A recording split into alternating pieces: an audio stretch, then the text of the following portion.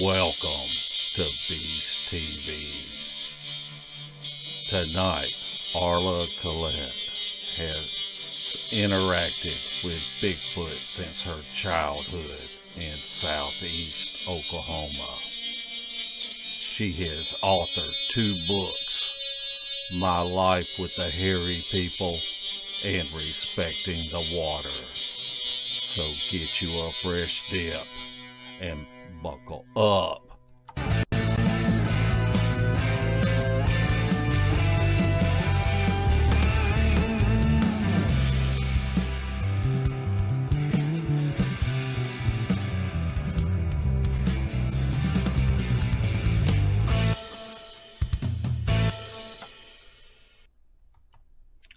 Larry Porst II, how you doing tonight?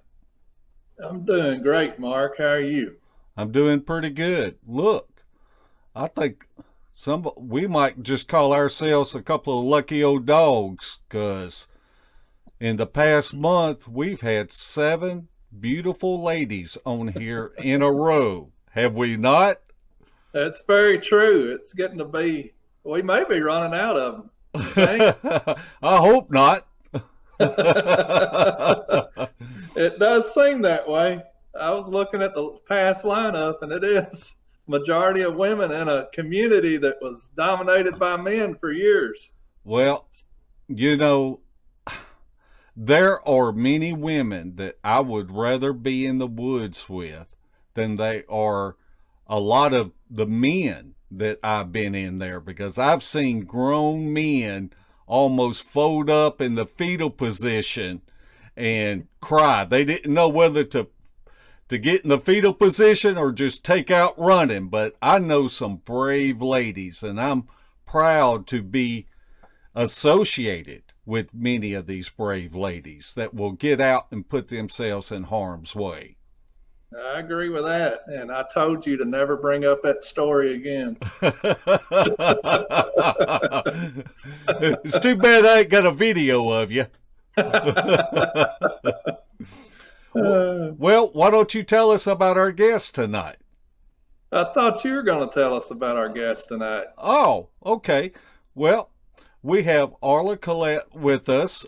She's better known as Arla Williams. And like I said in the introduction, she has had interactions with Bigfoot since her childhood. And she has also wrote 2 books. So, Arla, thanks a lot for coming on. How you doing tonight? I'm good. Thank you guys for asking me. I know it's going to be a fun show. It'd have to be with you, Mark, and Larry Porch. I mean, what the heck? I hear you. We've already discussed a little bit that we know our philosophies are a little bit different whenever we're out in the field. We're on the more scientific side of the Bigfoot community. Tell us what side of the Bigfoot community you would be on. Well, different. I'll put it that way. I don't know. There's so many sides to the Bigfoot community now. That's true. I used to be like way away from everybody else. But now, actually, I'm kind of middle of the road, because they are flesh and blood, like we're flesh and blood. Yeah, they do things that make you scratch your head. But at the same token, I believe that there's a lot of the things that are attributed to the Bigfoot that we can do too. And I've actually seen a lot of tribal elders do some things that a lot of people, would say that can't be done. So, right. And that's a good thing about the community, is even though we have differences, it's good to get together and discuss our commonalities. I know me and Mark don't agree 100% on everything, but we still work together to try to figure out what's going on. And I know you have what I call a giant puzzle, and you have pieces of the puzzle just like we discover pieces of the puzzle. Oh, yeah. I used that analogy years ago when everybody it seemed like they were jumping on people who couldn't get out, but who were looking at videos and talking about videos and, I just said, you know what? We're all puzzle pieces to this, even those that can't get out, that research and look at things and read, and then those who actually can put their boots on the ground. Right. And then you've got that other side that is way out there, which I'm probably pretty far out there, but all of this is the community. You can't say, okay, you've got the science is not part of this community. This is not part of this community, because if you take out any part, then you don't have a complete thing. And it's the same as studying the Bigfoot. If you just automatically dismiss something, then what you're going to have is a part of what it is, Right. until you know that maybe that other wasn't something that you needed, to grasp. So people are just too quick to say, oh, that can't be, Right. that can't be. So, you're a liar, or you're this, or you're that, or, whatever. When all you have to do is just say, you know what, you have your opinion and I have mine. And I love for people to tell me what they think and things that are going on with them. I don't have a problem at all with that. Right. Well, that's a big part of this community. Sometimes our own egos get in our way of information that we think we're right. Yep. That's the biggest part. Just a little 3-letter word that'll take you down in a heartbeat. And that's the sad part about that. My belief about them, one of the teachings is that the reason that they come to us is to tell us we're not living like we're supposed to be living. We're not being respectful. We're living in a wrong way. And, when we're jumping on somebody and talking at them and not to them, you're not going to learn anything. I don't care which side it comes from. Right. Well, luckily, Mark and I don't know enough about anything to have an ego yet, so we're still trying to figure it out. Well, I'm a factual person. And it's like if someone sends me a picture and they say, look at the Bigfoot in this picture. Well, it may be a Bigfoot, but it may not be a Bigfoot. And so I would like to use what tools I have, like the XV program and different programs that I can look and diagnose. I want to see a recreation of the picture. If the picture was taken at night, I'd like to see another nighttime picture, and I'd like to see a daytime picture. And so I really don't form an opinion, and I don't want to say that this person don't know what they're talking about, because I do not even have an opinion until I'm able to look at all the facts that my constraints will allow. And so I do not take things personal, but a lot of times people will take things personal whenever they voice an opinion that is not the same as theirs. Oh, that's for sure. I know people send me photos all the time and they'll say, do you see the Bigfoot in there? And most of the time I don't. That doesn't mean that one's not in there either, and Right. That's what I tell them. Just because I don't see something doesn't mean that it's not there. And the thing that I've done from day one when I posted any photo was to let people know I saw them before the photo was taken. I didn't take this photo and then go home and download it and go, oh my gosh, look, there's a Bigfoot. I didn't do that. And I won't tell anybody that there's one in a photo that I did not see. Yeah. Before I took the picture. And, it could also be the opposite. I know one day that me, Larry, and Shelly Reed were out, and Shelly Reed found a butt print next to a creek, and then we found some smaller footprints around that butt print. And Shelly's got a really nice camera, and she was snapping pictures and doing different things, and we just thought, man, this is really cool. But when she got home and reviewed those pictures, it was like, well, I really don't see it in this picture. Yeah. So it can go either way, you know. And so what you might see in the field, a camera or a camcorder may not capture what you actually see. Oh, that's the truth. You know, we just can't capture the depth of everything that's there. I mean, you're dealing with lighting, you're dealing with all kinds of things. So, you know, and so therefore I go back to how I do it. And I just say, you know, I saw them. And there are times I've got the one picture of Blue. No, it's not a definitive photo, but there were 5 people that saw him when that photo was taken. So, you know, whether that means anything or not, now people have gotten so good with photos and all kinds of Photoshop and making this look like that and that, you know, a photo is never going to mean much of anything as far as if you're trying to prove something. Right. Why don't you tell us a little bit about your childhood and your early experiences with these critters? Okay. I was at my grandmother's, playing in the dirt with sticks, which I did a lot. I was 6 at the time.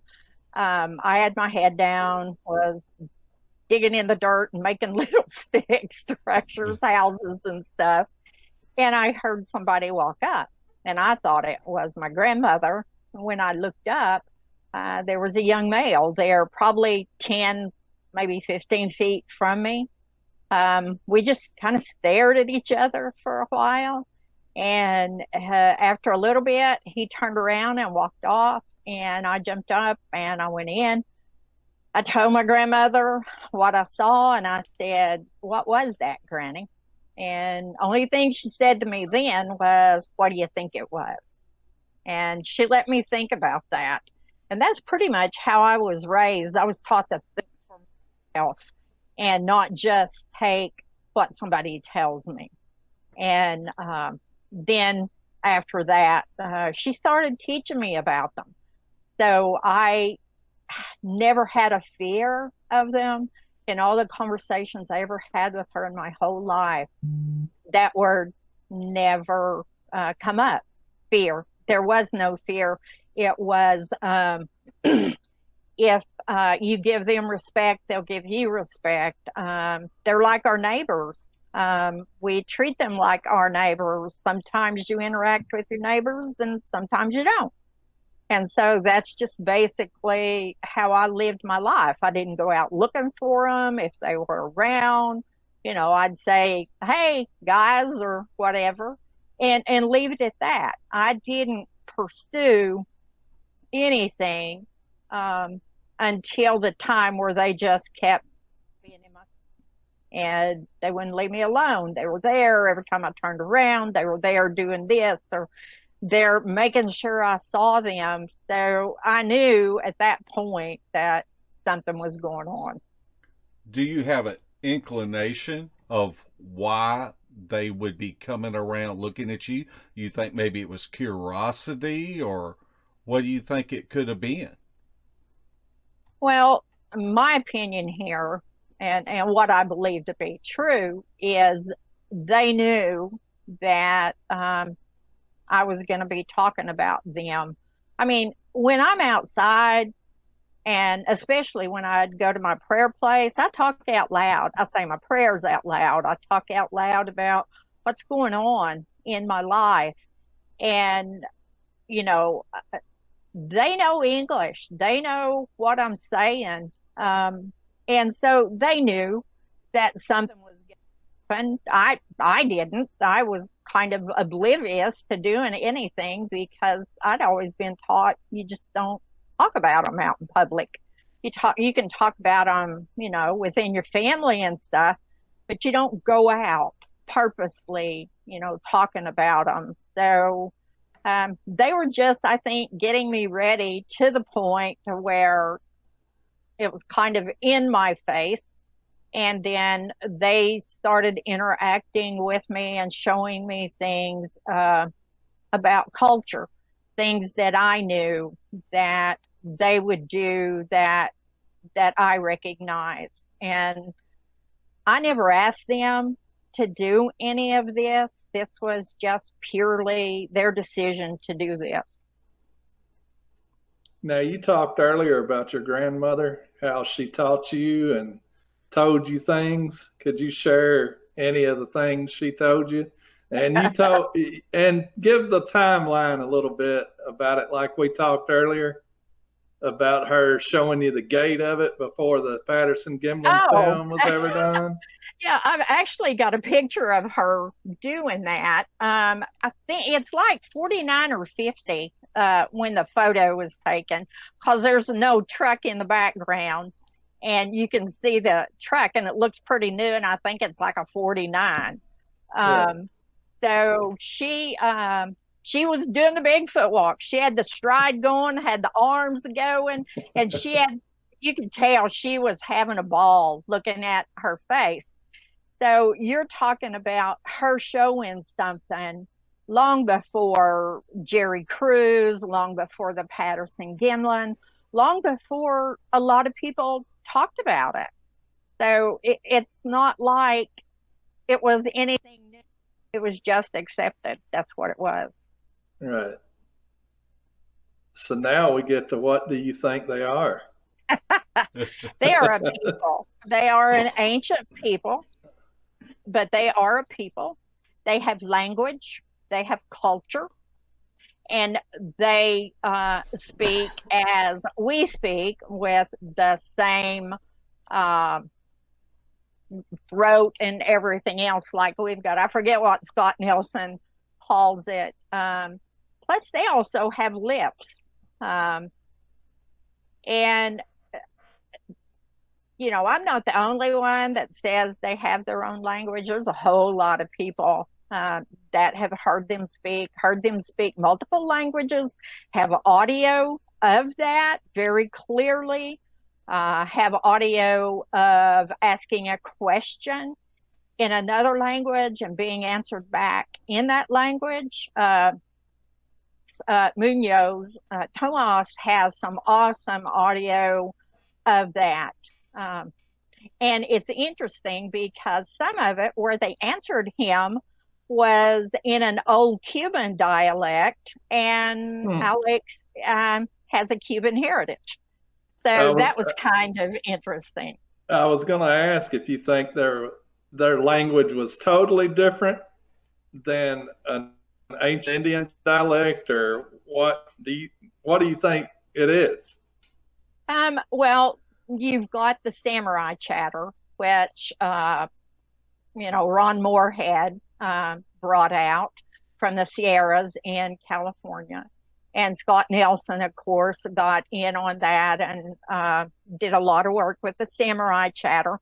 It's funny, the first time I ever heard the samurai chatter on a audio, I said, whoa, wait, what is that? Because I'd never heard it. And he said, that's samurai chatter. And I said, can you slow that down? And when you slow that down, then you began to pick up on things. So you've got that. Now, locally, different people say they speak the dialect of whoever was around. I have people say, oh, if you go out and talk to them, you got to say this in this language. Or if you go out to talk to them, no, you better speak this language. I go out and I say, hey, guys, or something like that, and just talk. Whether I see them or not, I talk. Well, So, that was a question we got in the live chat from Bama Murdoch. He said, "Do you think that they understand our language, and if we were speaking to them?" oh yeah, they understand us, but they understand more than the spoken language too. So, and you can take that where you want to go. If you want to talk telepath or whatever, well, they do that too. Are you So sure? I'm positive. Are you talking about mind speak? It's telepathing. You telepath. You and Debbie telepath, Yeah, whether but you think about it or not. well, that's true because she's thinking about eating right now. And you probably know that. Actually, kind of a way to talk about that is, have you ever been with, you're with somebody and something comes into your mind and you say something and that other person says to you, I was just thinking about that. Yeah. Or you're thinking about somebody and they call, or that's a very simplistic way to view it. I have had too many people that have had it happen that were totally saying, this can't happen. One of the people was Richard Stewart Taylor, who was with me and wasn't quite sure about this mind speak stuff. But as we were walking to the woods, he got mind speak. Stewart had wanted to go walking. And so this was at dark. And so we took off towards the woods. Well, he had been in law enforcement and stuff and always carried a gun in his pocket. I didn't know he had the gun in his pocket, but he also wasn't quite sure about mind speak himself. So we were walking down towards the woods, and all of a sudden, he hears this in his mind. What are you doing with that gun? And he told me later, he said, the only thing I knew to do was be truthful. And he began to speak back to them, not verbally, but in his mind, telling them why he had the gun. And at that point, they told him to step away from me because I didn't know what was going on. But all of a sudden, he steps away from me. And that's the normal thing. Usually, when somebody goes to the woods with me, they're not going to step away from me. And so then, we went on and he had the experience he did. I didn't know anything about the mind speak until after it was all over and he told me about it then. So, that's somebody who was like, I don't know about that mind speak stuff. And then boom, he had it. So I just always tell people, I totally understand when someone says, I can't really believe that mind speak stuff.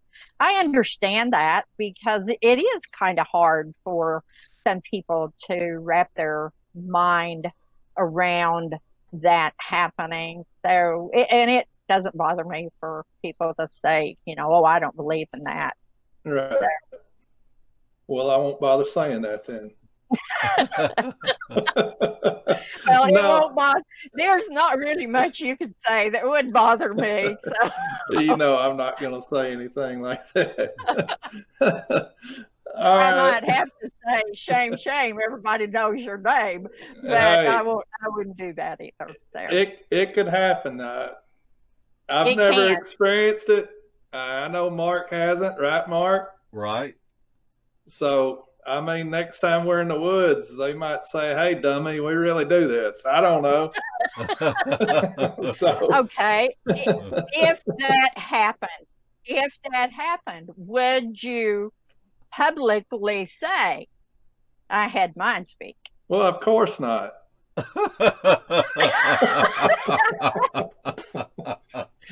If you ain't noticed, people are trying to take away people's guns and everything. I'm not going to give them a reason to. Oh, Okay, let's change gears a little bit. Now, I met you probably about 3 years ago, and the backstory on that was that me and Bear were going to look for a place for our outlaw camp out. And we had arranged to meet Cheryl Corntassel there that had been corresponding on the Hideout page. And but it got moved back a week because the man that owns the Bigfoot museum down in Georgia said, "Hey, Bob Gimlin's coming next week. Why don't y'all come next week instead?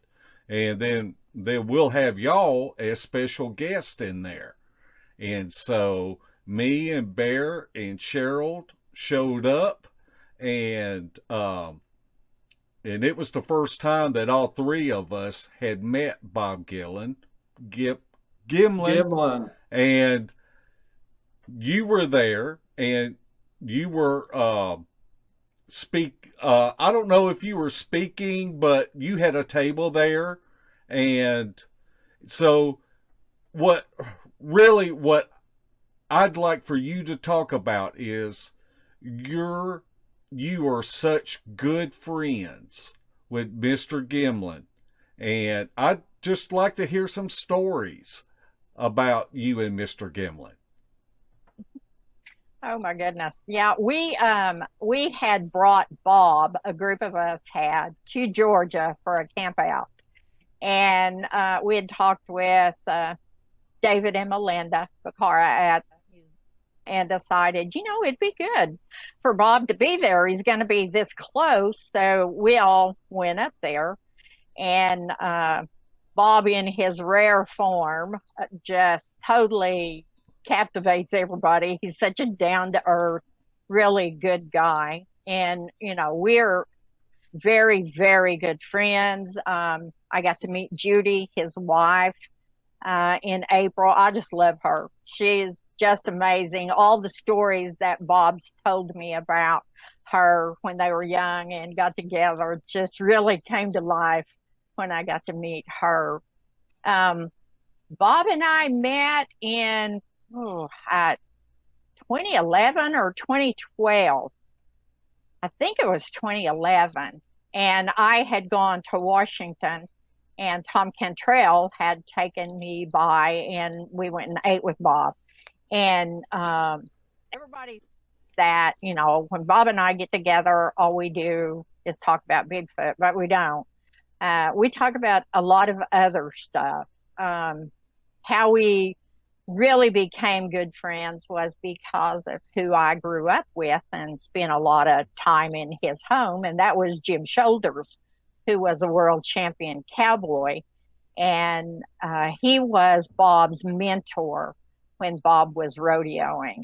And when he found that out, he was like, "Oh, Bigfoot's out the door. We're going to talk about all this other stuff." And so through the years, I've seen Bob many, many, many times. And, we've just talked about other stuff, about life, what's going on in our life other than Bigfoot or whatever. And when he started telling me stories about his little redhead, that's what he called Judy. Oh gosh, they were so special. He told me one time, he said, she just chased me till I caught her.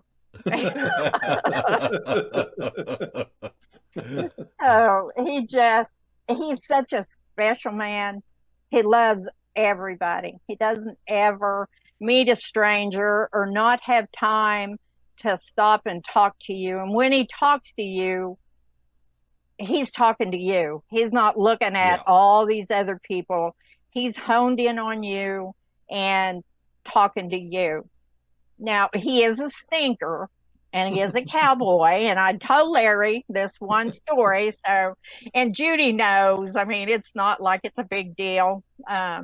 Bob and I are good friends, and Judy and I are friends. And this happened back in 2012. I was speaking at a conference in Richmond, Washington, and of course Bob was there, and I already knew Bob, and we had gone in the sports bar, a girlfriend and I had, and Bob was in there hugging all the ladies and taking pictures and stuff like that. And I told him, I said, you know what? You're just an old cowboy, and I know how cowboys are. And he looked at me and he walked up to me and he grabbed me and he bent me over backwards like in the movies and kissed me. And I come up a sputtering and I looked at him and I said, see there, you're just an old cowboy. So you just never know what he's going to do. I mean, had him, I guess that same year at our gathering. I've sang to Bob many times at different functions and stuff, and I always do something funny.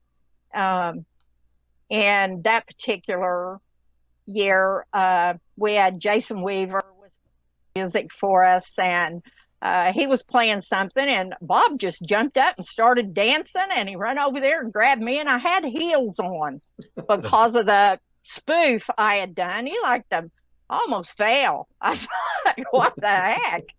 So you never know with him. When the Bigfoot world loses him, yeah, we've lost something that'll never ever be replaced. Ever, ever, ever. He is such a nice man. And I remember I was standing there, and of course everybody's gathered around him, and there was a young lady that was standing there beside me. And I just kind of had that feeling that she knew him.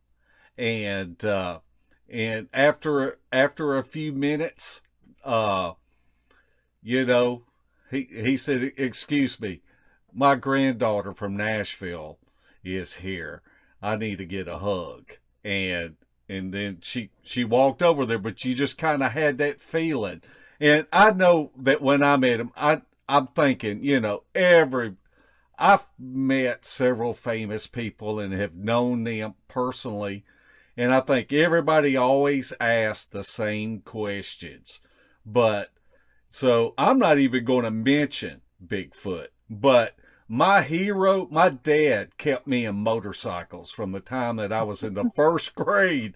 And so my hero was Evel Knievel growing up. And I knew that he worked for Evel Knievel when Evel Knievel was touring and doing the jumps. And so that's what I talked to Mr. Gimlin about, was Evel Knievel. I wanted to hear all the Evel Knievel stories, because I know he just gets bombarded, with the Bigfoot stories, but you never see it on his face. He is so happy to answer everyone's questions, and he's just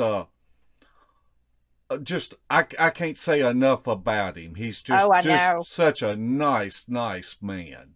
Hey, Mark, is that when he called Russell over and told him to get that guy out of there?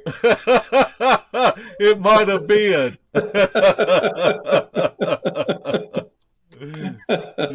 But I did get to meet you, Mark, and I got to meet Cheryl at that time, and I got to meet Bear.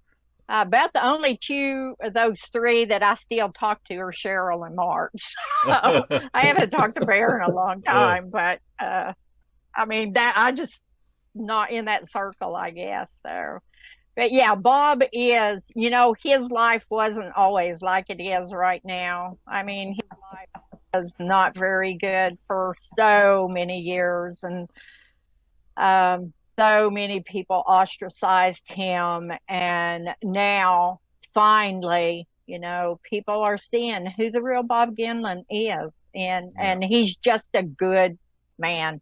Yeah. Bigfoot aside, he's just a good guy. Yep. That's it. Well, let's move on to some of your interactions with these hairy people of the forest. I know that Sisters of the Moon recently went to northern Georgia, and they talked to a gentleman down in Texas that his name escapes me now, but he drew them pictures of different glyphs to put out to get some interaction. that they would come and change the glyphs, and they actually had their glyph changed from one that he had written out for them to another one that he had showed them. Yeah. Tell us a little bit about what your thoughts are on the glyphs. On the glyphs? Yeah. It's just a form of communication, and it's really kind of funny because it's symbols and things like that.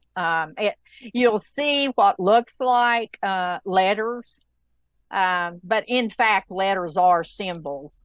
So they're not actually using the alphabet per se as we would use the alphabet. But my first glyph that I really realized was a glyph was in 1999. So that's been, quite a while ago. Through the years, it's been phenomenal, some of the things. And, you see repetition. And when you see repetition, you begin to look at it. And that's what I tell people when you're seeing this. And the truth of the matter is that probably, I'd say 99% maybe of the glyphs you see have nothing to do with us. But then when you begin to see this interaction or whatever with us, then you begin to go, whoa, wait a minute. And it's really funny because it is a form of communication, writing. We write all the time. And it's so funny because we are so easily pleased. It's like, oh my God, we got a glyph, or, oh my gosh, they changed this, or they did that, and they see that in us, how that, makes us feel, because we feel a connection to them, a physical connection to them, because this is physical interaction when you have this going.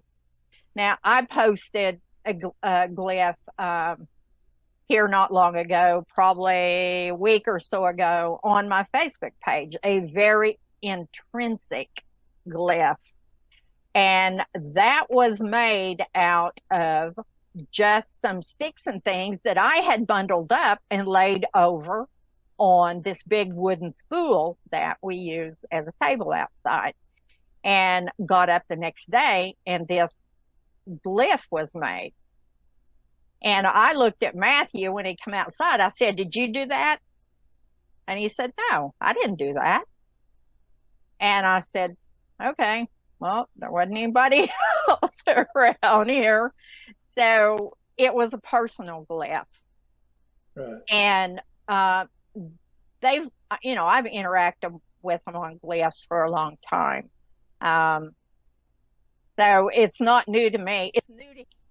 And I love talking with people that it's new to them, because they have this excitement of, oh my gosh, I'm one more step closer now.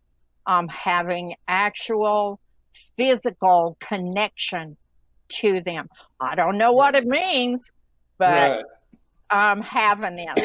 Now, what I tell people, when you begin to get things that you think are personal, ask yourself, what's been going on in my life? Have I said something while I've been outside? Have I been thinking something? And if you have, then view that glyph in that manner. There are symbols that you see across the board that stay the same. Now, that's a question we got. The gentleman's name that gave the Sisters of the Moon the different glyph his name's Luke Gross. I don't know if you know him or not. I know. I just know who he is. I don't know him. Okay. And then Debbie asked, you're about to get into it. You're about to talk about the X. But when they changed the glyph, they made what we see as an A. Yeah. And she was wanting to know what that symbolizes, if you know. Okay. Well, this is what I've come to understand that this means.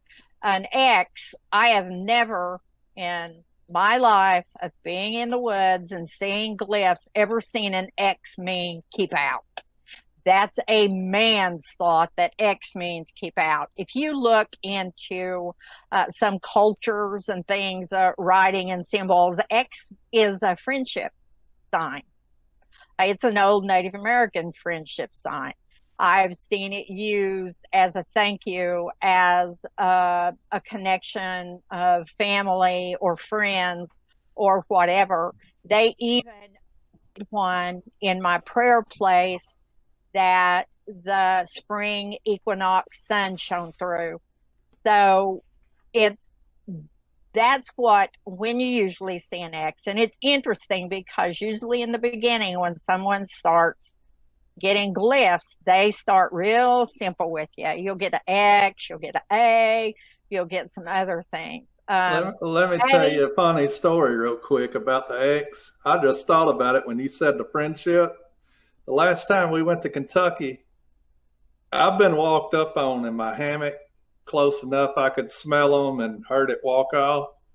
So I decided I wasn't going to have that happen this time. So I made me a little barrier by my hammock. You remember that, Mark? I do remember that. I was inviting them in and didn't even That's know right. You definitely were. Hello, brother. Come on. Okay, well, that's good. Go ahead. I didn't mean to interrupt you, Arla. Go ahead. Funny. That is funny. From what I see with an A can be a signature glyph, or it's also about beginnings. Something's beginning. Depends on what all is around it. But those are usually the two that you see in the beginning when you finally go, aha, they really do this. And Okay. as you get into it and be more comfortable with it, then, it gets more. It gets to be a lot more. Indigo, the young male that I've interacted with ever since he was little bitty, did a thing with me over about a month with a glyph. And he changed it every day. And it was in a protected place. Some of the days the movement was so subtle, I could barely detect it. But when I did, I realized that took fingers to put that in that position. And so we went over a period of time where he took this glyph and changed it. And I think I've got pictures of that series on my Facebook page. And it was about teaching me to be observant to the subtleties that are there in the woods. I mean, they come right up on you. And if you are observant, then you might get that inkling that they are there. But if you're just walking through there like, I'm going through the woods and I'm going to find me a Bigfoot, you're probably not. Right. And so it's that whole series was about me paying attention to the subtleties of what's around me. And I learned a lot from that. What would you advise people of how to start utilizing glyph interaction with them? Where would you say to do it and how? Well, X is always a good thing to start with. I always tell people, make your own signature glyph. I have one that Indigo uses. Indigo has a glyph signature as well. And start with that, see where that goes. A lot of people like to do it with stones. They'll put stones in a particular way, and they'll come and maybe change the stones. I know that they, with me, when they were letting me know that they understood human culture, because I am big on the 4 directions and the energy and the belief that goes in each direction. And all of a sudden, those 4 direction stones were being changed, and they were being put into a position that was a message about something that was going on. I'll give you an example. I put 4 direction stones everywhere. I mean, just out in the woods, wherever I go. And I was really missing my grandmother.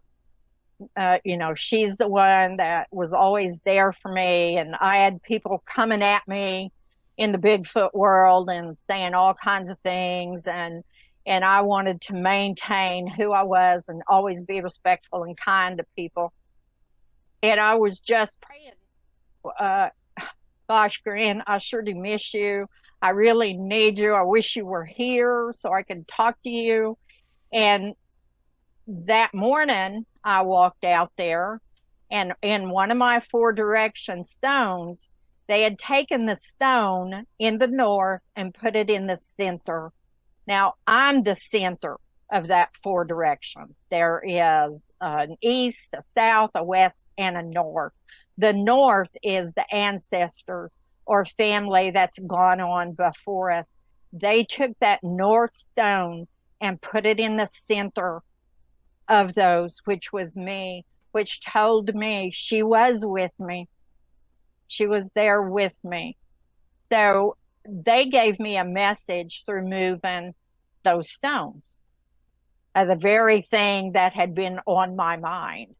So were they listening to me while I was talking and praying? Well, they were. Did they know another way? Yeah, they could. So That's pretty cool. I've always heard people that are going through extremely stressful times, they seem to have a yearning to console, I guess. yes, they do. As bad as we hairless humans, as bad as we are, they still, if your heart's in a good place or there's a problem, they're still there, not judging us, you know. So, and for me, I don't have the fear factor, so none of that enters in. But I do understand the fear factor. I've got a little story I tell that shows how 2 people can actually have an encounter and have 2 totally different takes on it. And Right. this happened here in the Comanche Mountains. And I was at a camp out, and as I do a lot, I'll get up from the fire and just walk off into the woods. And I had gotten up from the fire, it was around midnight, I guess, and started walking down this road. And this young man, he hollered, Miss Arla, can I go with you? And I said, sure, come on, walk with me. Now, earlier in the day, I'd talked to him, and he told me, I don't know what they are. I'm just really worried about, what they are. And so we talked a little bit about it. And, but he already had that fear in him. So we were walking down the road, and we hear bipedal walking coming through what was pine trees and big cedars and brush and stuff. And we hear it very clearly and know that it's right there on the other side of a big cedar tree. And it stops. And you can literally feel that it's there. And all of a sudden, he grabs my arm. And he says, are you afraid? And I said, no, I'm not afraid. And then he grabbed me with his other arm, and he's literally clinging to my side and says, you're not scared? And I said, no, I'm not scared. Are you scared? And he said, yes, I don't know what he's doing to me. And so I tried to talk with him and get through this, but it wasn't doing any good. So I just told him, let's just walk back to the camp.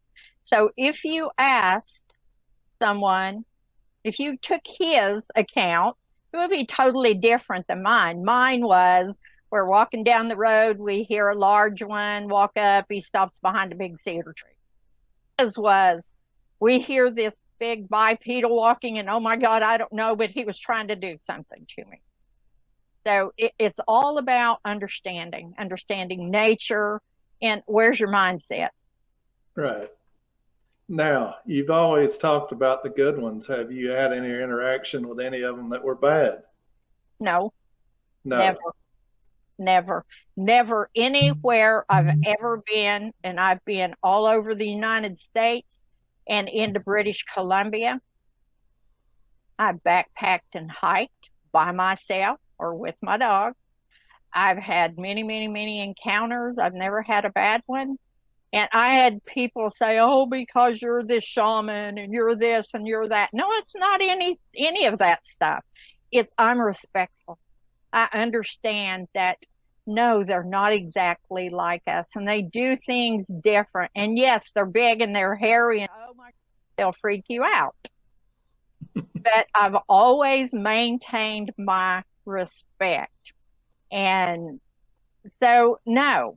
Now, if you misunderstand something, just like he misunderstood that big guy wasn't doing anything to us. He was just walking and seeing what we were doing.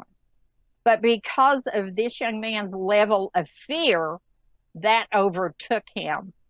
And he took something that really wasn't a scary thing and made it scary because he didn't understand. So do you think we're misunderstanding what we feel is a bluff charge that they do at times, or? Oh no, they bluff charge. I'll give you an example, and this is funny. And you will probably say, "Oh, I've heard that before."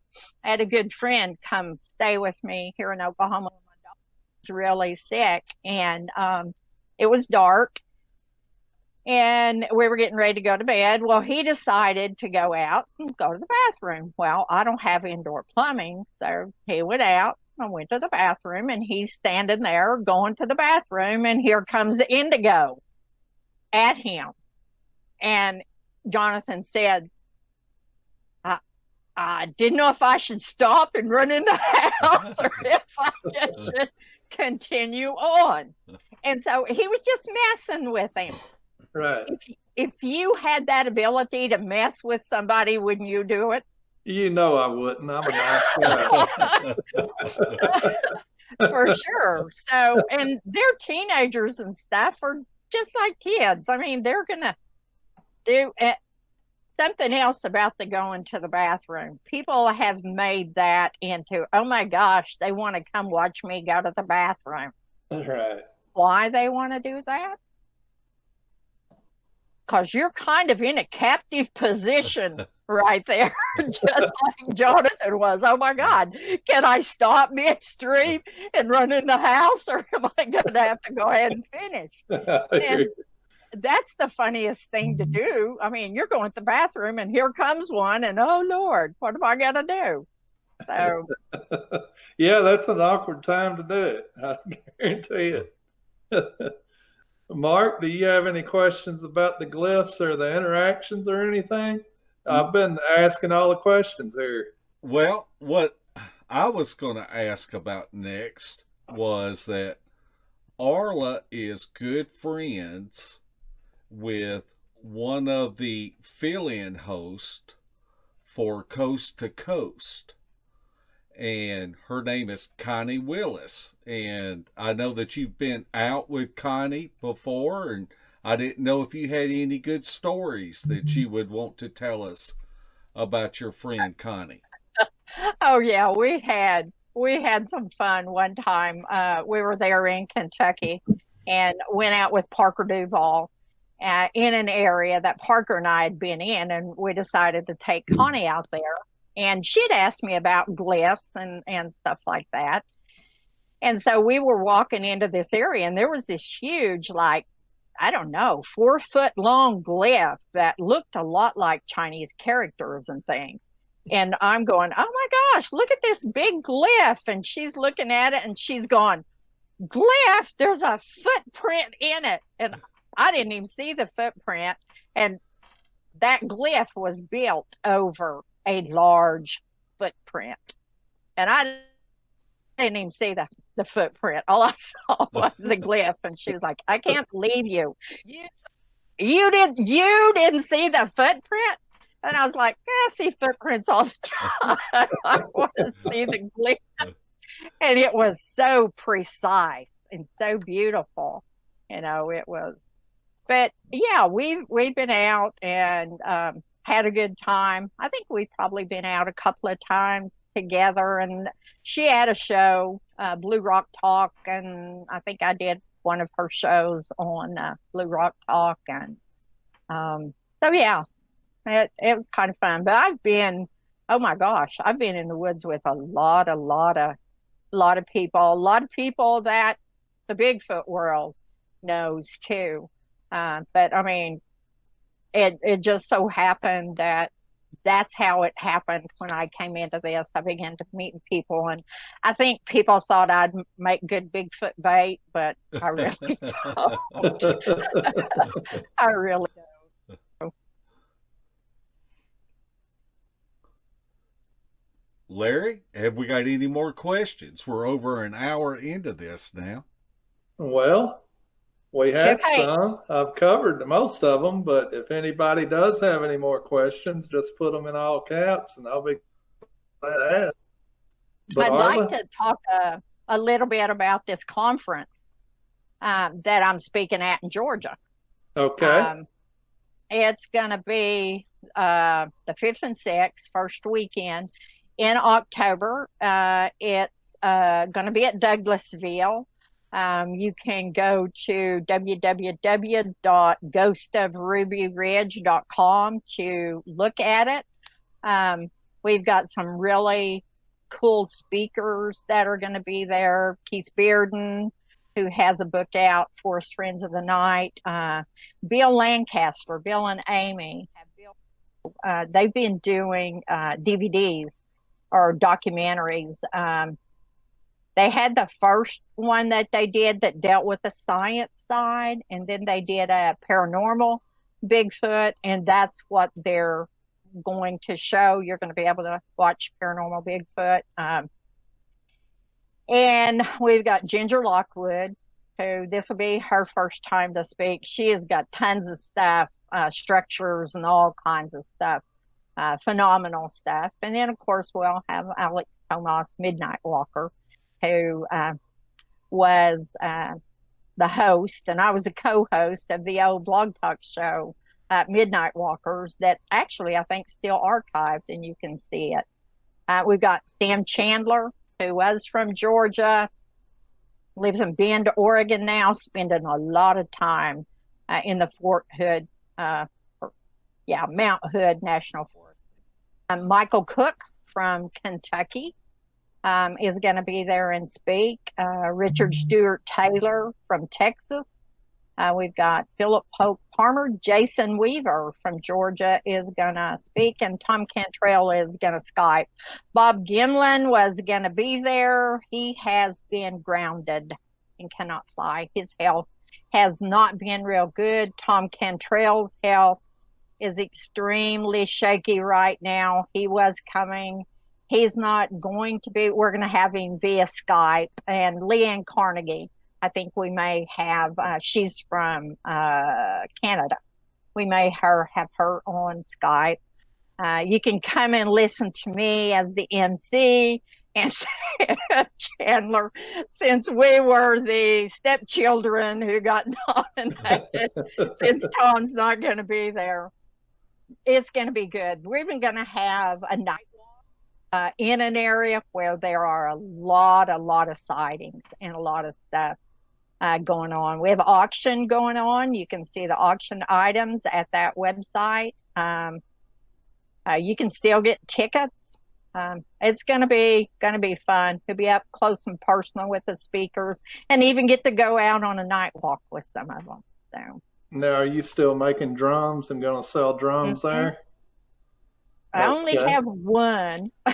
I'm out. But yeah, I'll have drums, and I'll have leather, my pouches, and some other stuff, and my books, of course. But yeah, I'll be there with that too. And then there'll be other things there too for people to buy. Lots of books, lots of other stuff. So. Well, just repeat the date and the location one more time. Okay, it'll be the first weekend in October, 5th and the 6th, I believe, and it's at Douglasville, Georgia. You can get to that by going to www.ghostofrubyridge.com. I think it's ghostofrubyridge.com. Uh-huh. That's it. That's a website.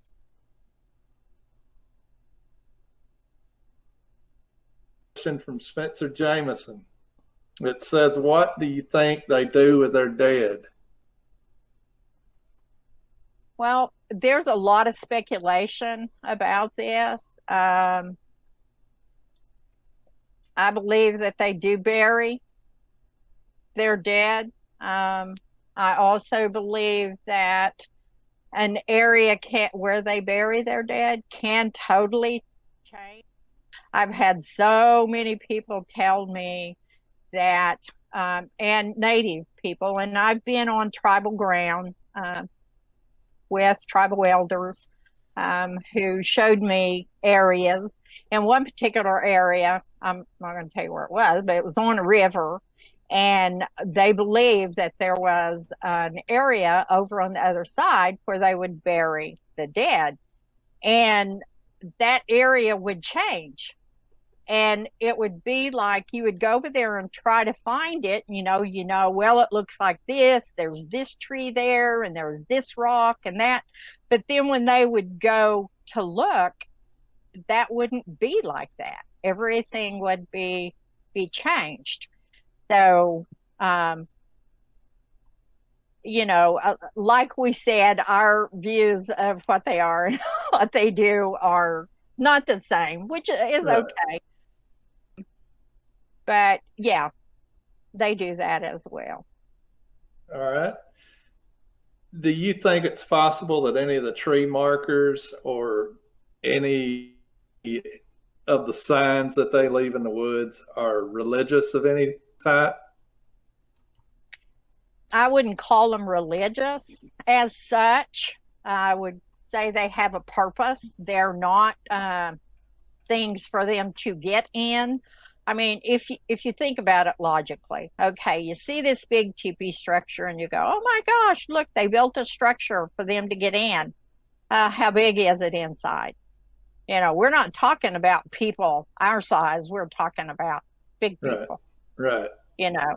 And why would they build a structure to get in if they're trying to evade us? That would be like a big marker of saying, okay, here I am, come. Right. I believe that they are energetic in nature and that they do have a particular meaning. I don't classify that as religious. Some people would, and I don't have a problem with that either. So, but yeah, I mean, I've found some really cool ones in Georgia where we're going to be. And I've found them pretty much all over British Columbia. There are pictures on my Facebook page of some of the structures. Some of them, there's no way that's natural deadfall. It can't be. I mean, one of them's got 2 trees, and the 2 trees are brought across each other to opposite ways, and then another tree is laid in the center. You can't do that naturally. That has to be done with hands. So, you to assess it, and no, not everything you find in the woods do they do. Well, Dan corrected his question. He said, is it possible tree markers have some religious connection?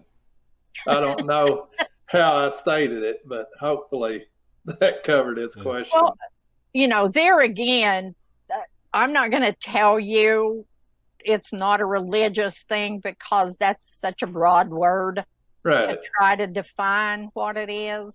Yeah. So do they have meaning? Yes, they have meaning. They do. Well, what do they have mean? A function? Well, can you put out a book what they mean?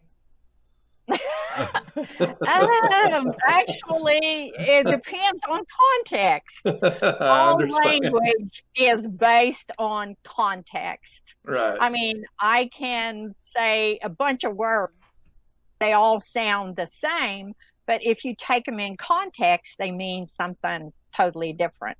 Right. So everything as far as communication is done in context of the situation.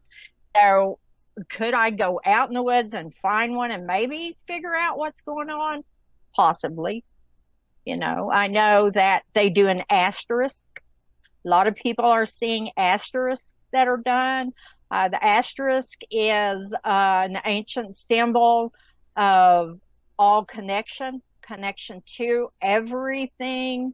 And and you've got other things. A lot of people say, oh, they're the directional. If you've got all of these bins or whatever and they're going this way, they're pointing to the water to tell them where the water is. And what they don't need stuff to tell them where the water is. They live there.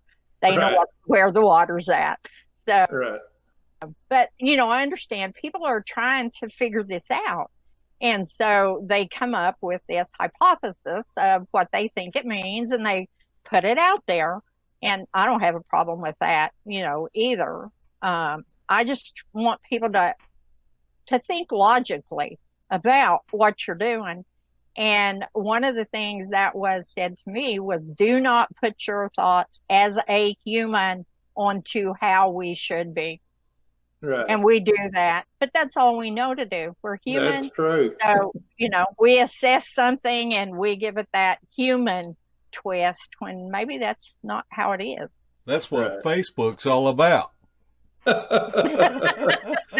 Hey. That's what the expert moniker is about. All right, I've got questions here, so we may jump around to something we covered or not, but I'm going to ask them. All right, Cheryl Yeomans, I hope I pronounced that right. I'm sorry if I didn't. Why do some Bigfoots kill dogs? She says she hates that.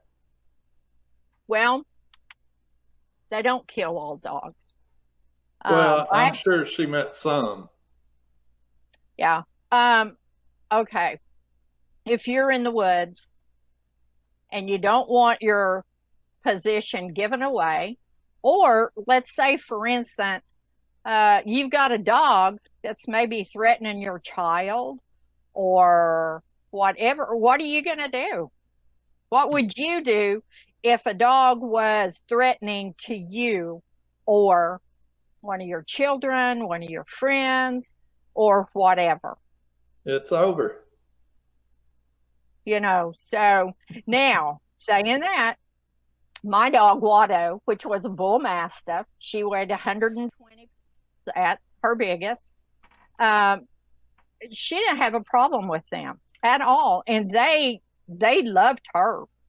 And I would walk through the woods, and they would ping her with little bitty stones to get her attention.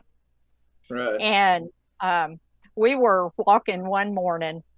Watto and I were walking down the road, and there was a path inside the trees where Indigo and the hairy kids would walk if I was out walking, and you'd have to, really look to be able to even know that they were in there.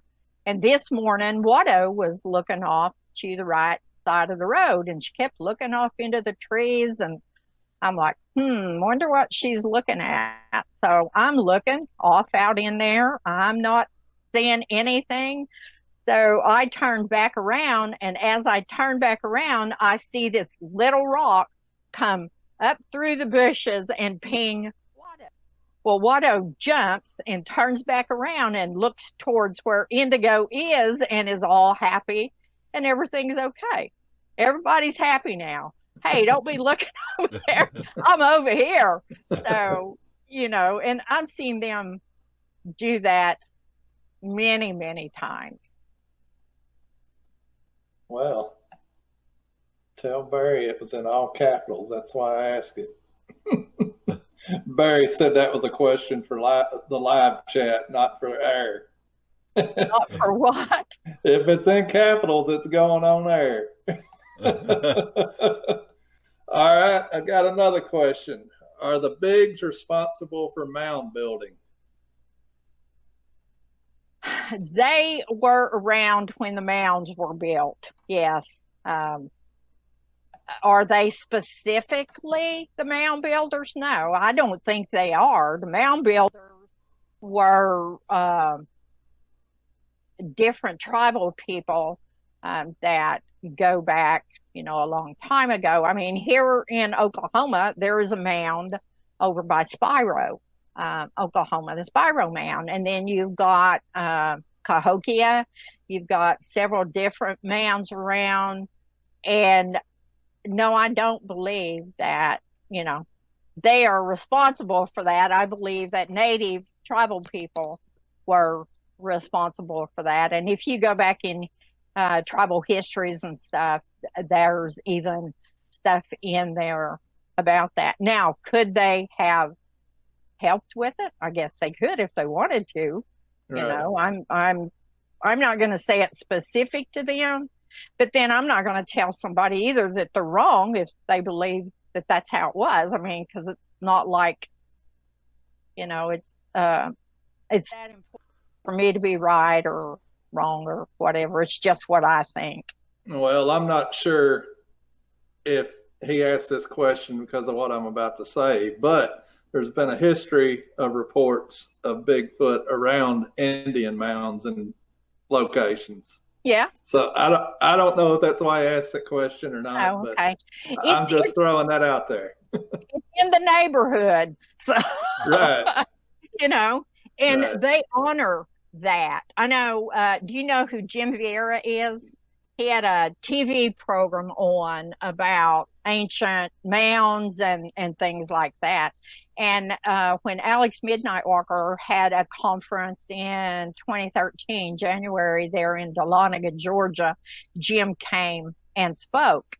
And I got to go out with Jim on some walks, and we did find a mound and was very respectful of it.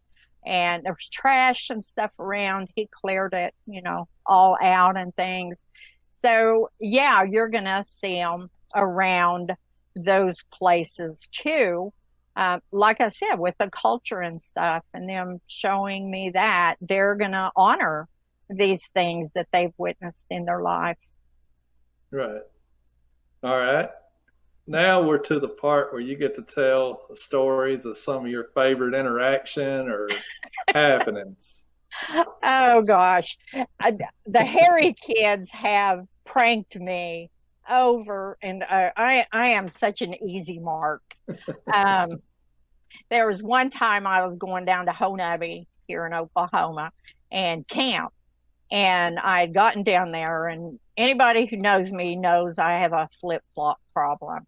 And I'd had my flip-flops on when we got there, and I went off over to the side and took my flip-flops off. And then I proceeded to put my tent up, because anybody who knows me knows I go barefooted a lot. So I put my tent up, and after I got everything in there, I decided I wanted to go hike for a little bit. So I put my hiking shoes on and got had Watto with me, and we took off hiking. And so it was quite a while. When we came back, I went to get my flip-flops and put them in the tent, and there was only one. And I was like, oh, wait a minute. And so I just said, okay, whoever took my flip-flop better bring it back. And I was like, it had to be a giant squirrel if he carried off my flip-flop. And surely they'd take both of them. So I just took the one flip-flop and stuck it in the tent, and there wasn't anything I could do about it. Well, after I'd camped a few days, I was taking my tent down, and I'd taken pretty much everything out of it. And I was getting ready to take my cot down. And when I was taking my cot down, I stepped on something that was underneath the tent. And I was like, what the heck? And so I went outside, picked that up. My other flip-flop was under there where my cot was. So there was no way I would have stepped on it the whole time I camped. And I know for certain I put both of them together off away from the tent. So there was no way that could get under there. So, I'm like, okay, ha, ha, ha, you got me on this one. So, That reminds me. Let Mark tell you about his story in Ohio, Mark. Remember that they messed with you there? Which time they messed with me? Well, didn't you lose your lighter and then the last day we were leaving, or was that Cheryl? I lost a lighter, and then whenever I got ready to leave, the lighter was just laying right there, right in front of me. And it was like, I would have spotted this. Yeah. And, oh, yeah, they do that stuff. One other quick one. I had what I called my one-woman tent, which actually Watto could stay in it with me. But it was real easy to put up. Took me about 15 minutes to get it up. And if I was going to go out in the woods and just spend the night, that's what I'd take. Well, all of the little cords that are inside the poles had broke. And so when I would take it down, I would put all of the poles into one slot together, and then all of the poles that would go over the tent together. So that particular day, I was putting my tent up. I'd got the one pole sections all put together. I just grabbed the other one, started putting my pole sections together, and I ran it through the sleeve, and the tent looked funny. And I was like, that's crazy looking. It's all flopped over to that one side. So I went around the back, and I was like, wait a minute. There's one of the pole sections is missing. All right, where is it? So I start looking all around to see if I'd pushed it under the tent or whatever. I hadn't. So I was like, well, crumb, I can't sleep in it like that. So I hiked back up. I always keep extra tent parts because you never know when you're going to need them. And I grabbed one and back out, and I attached it. It was a little longer, so I was a little crooked. So what I was trying to do was take that and hammer that down into the ground. And while I was bent over back there trying to level it out a little bit, I heard something on the other side of the tent. And I thought, it's probably just a squirrel or something moving around. So I went ahead about, my business. And I got my tent all put up, and then I'm sitting back kind of looking off over towards the ridge, and it's so beautiful. And I see something up in this tree. And I'm like, what is that? And I walked over there, and my tent section of that pole was up in that tree. Wow. Now, I'm going, I know they are laughing at me because here I am doing all this. They grabbed a section and stuck it up there when I wasn't looking. So that is interesting. I keep waiting on them to do that with Mark, but they ain't done it yet. Well, I think, Mark, wasn't it you and I out that one time when we heard the rock hit the water? Yeah. Do you remember that? And yeah. I mean, it was a splash. It had to be a pretty good sized rock, but you couldn't see anything. But how does a rock just end up in the water like that? Yeah, it takes fingers and a hand to throw a rock. Mm-hmm. All right. How do you explain their sensitivity to trail cameras and cameras? They know what they are. They watch you put them up. And, it's pretty simple. If you watch somebody with something, you're going to find out that this is, a lot of people say they see the IR, whatever. I believe that they are watching you put that up. They know what it is, but it's even past that. They know what we're doing. I mean, you go into their woods, they know you're there. They know what you're doing. I went to Washington State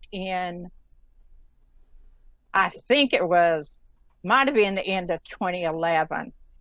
And I was taken to one of the projects out there where they have a lot of sites. And I was taken up into this one area where they had like a huge trail cam thing going on. And he was telling me, he said, I come up here once a week and I never know how these are going to be. Some of them are turned up looking at the sky. Some of them are turned backwards. Some of them are turned down. And he said, that tells me they know what these are. They're just messing, with us. But I've got a personal story about a trail cam. My son-in-law was going to deer hunt with my granddaughter, and he wanted to put a trail cam up. And I said, well, you can, but you need to point it off down the other way, not back up into this other area where they come up in there, but you can point it off down in that other way. Well, for some reason, he got it turned wrong. And so it was back facing where the kids would come in there and play and step in gopher mounds and everything else. And I've got photos of footprints in gopher mounds. Every photo on that camera was whited out. Now, how did that happen? Well, it just got whited out, Yeah. At the same token, we've had it pointed the other way and seen all kinds of deer and animals and everything, in it. So, Right. That's kind of what I think about the trail cameras too. I think they see you putting them up and know to avoid them. You think they know the difference between a camera and an audio recorder? Or do you think they treat them the same way? I don't think they do. No. I mean, I've got, oh gosh, hours and hours and hours and days and nights of audio that, I've never shared with anybody. They seem to not mind audio. I always tell them when I put a recorder out, hey guys, I'm recording. If you want, you can turn it off, you can zap the batteries, you can do whatever you do, but I'm putting it here, and I've never hidden it or done anything else. Like I said, I've gotten things, and then when I thought it was running, I was camping one night, and they do what I call a get up whistle. It's like wake up, get up in the morning, and they do it really early. And I was laying there that morning, and I heard the whistle, and as he was whistling, he got choked and coughed because he did his whistle, and he went kind of like that. And I was like, oh, wow, I bet I got that on my recorder. Well, no, I didn't. My recorder was off. So how that happened, I don't know. It was going, but sometime in the night, and the batteries were still good.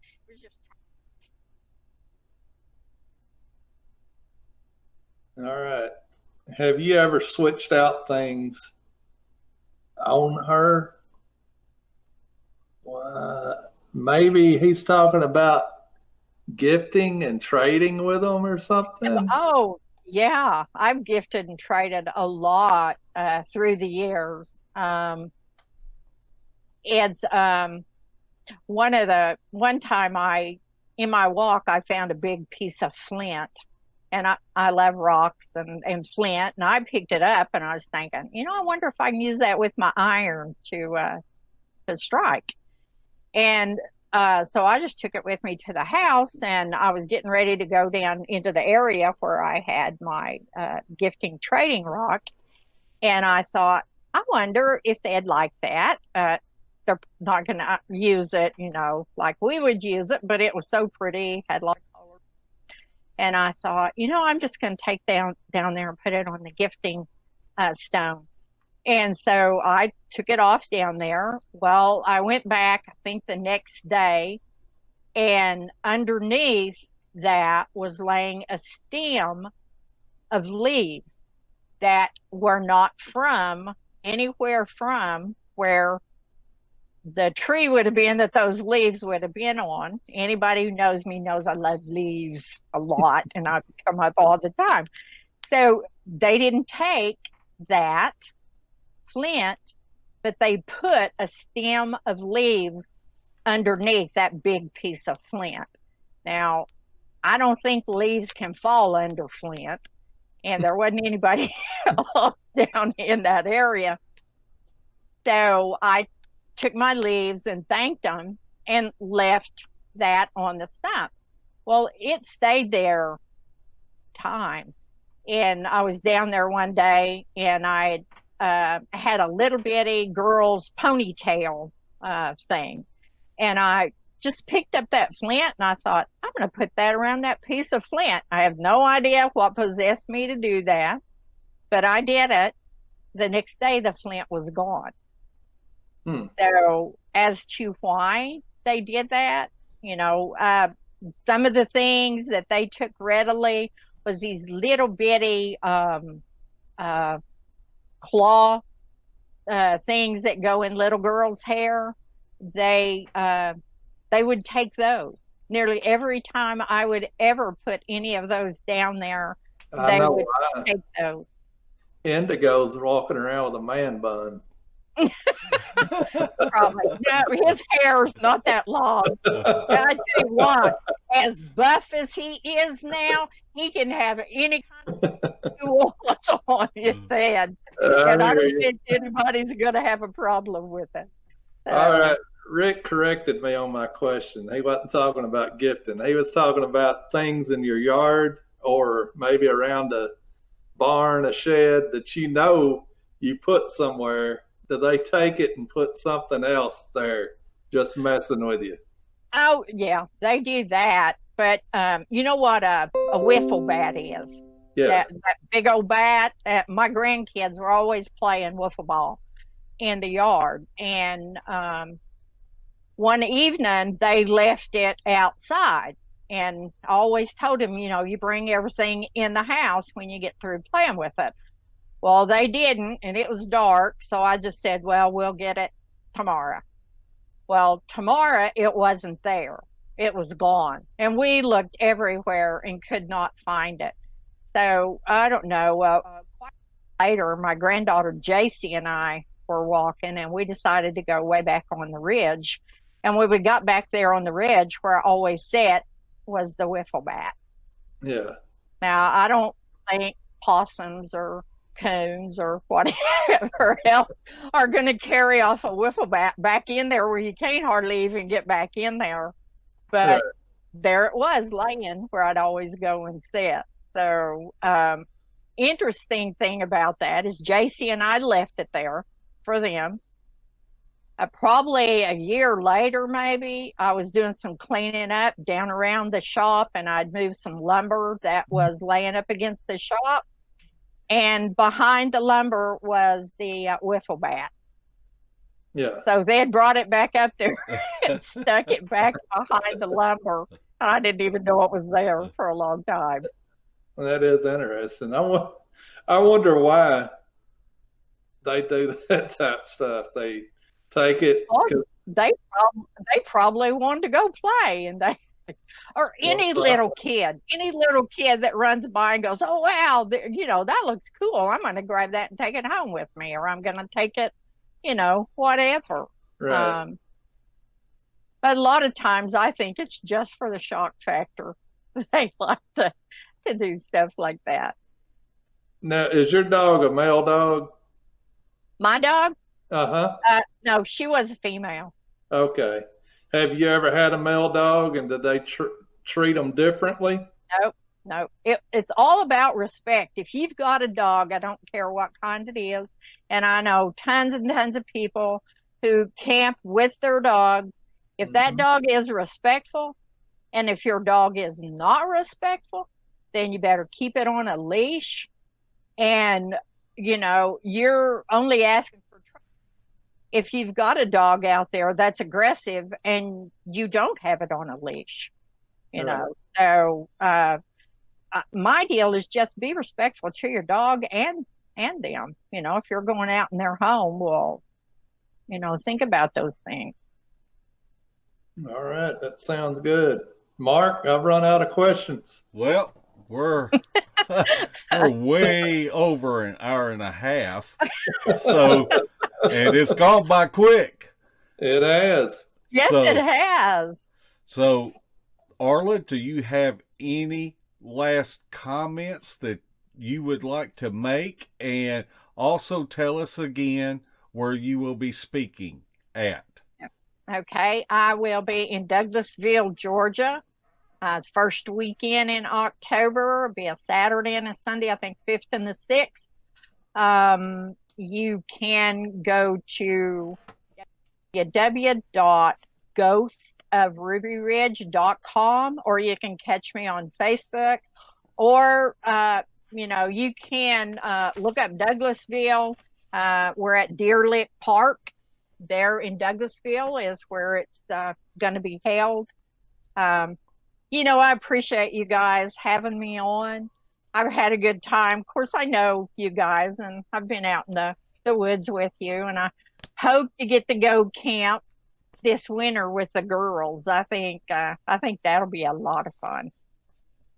No doubt. Larry, do you have any last words? No, sir. I just appreciate Arla coming on and sharing her knowledge with us. And I appreciate you fielding the vast array of questions we brought to you.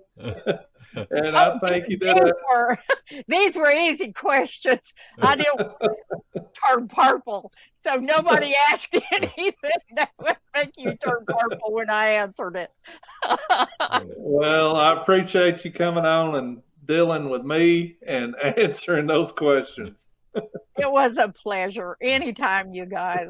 Thank you so much for coming on, Miss Arla. We really appreciate you coming on. Well, you're very welcome, Mark. Well, I guess we're going to go ahead and sign off. But one thing that I'd like to say is if there's a topic or a guest you would like to see on Beast TV, just put it in the comment section. Debbie Jones is our handler and our scheduler, and so she will monitor that and try to get these topics or guests on. We also want to thank Shelley Reed for the work that she does behind the scenes. And if you haven't subscribed, we would be honored if you would subscribe to our little channel, and don't forget to hit the like button. And we will see everybody real soon. Thanks for watching, everyone.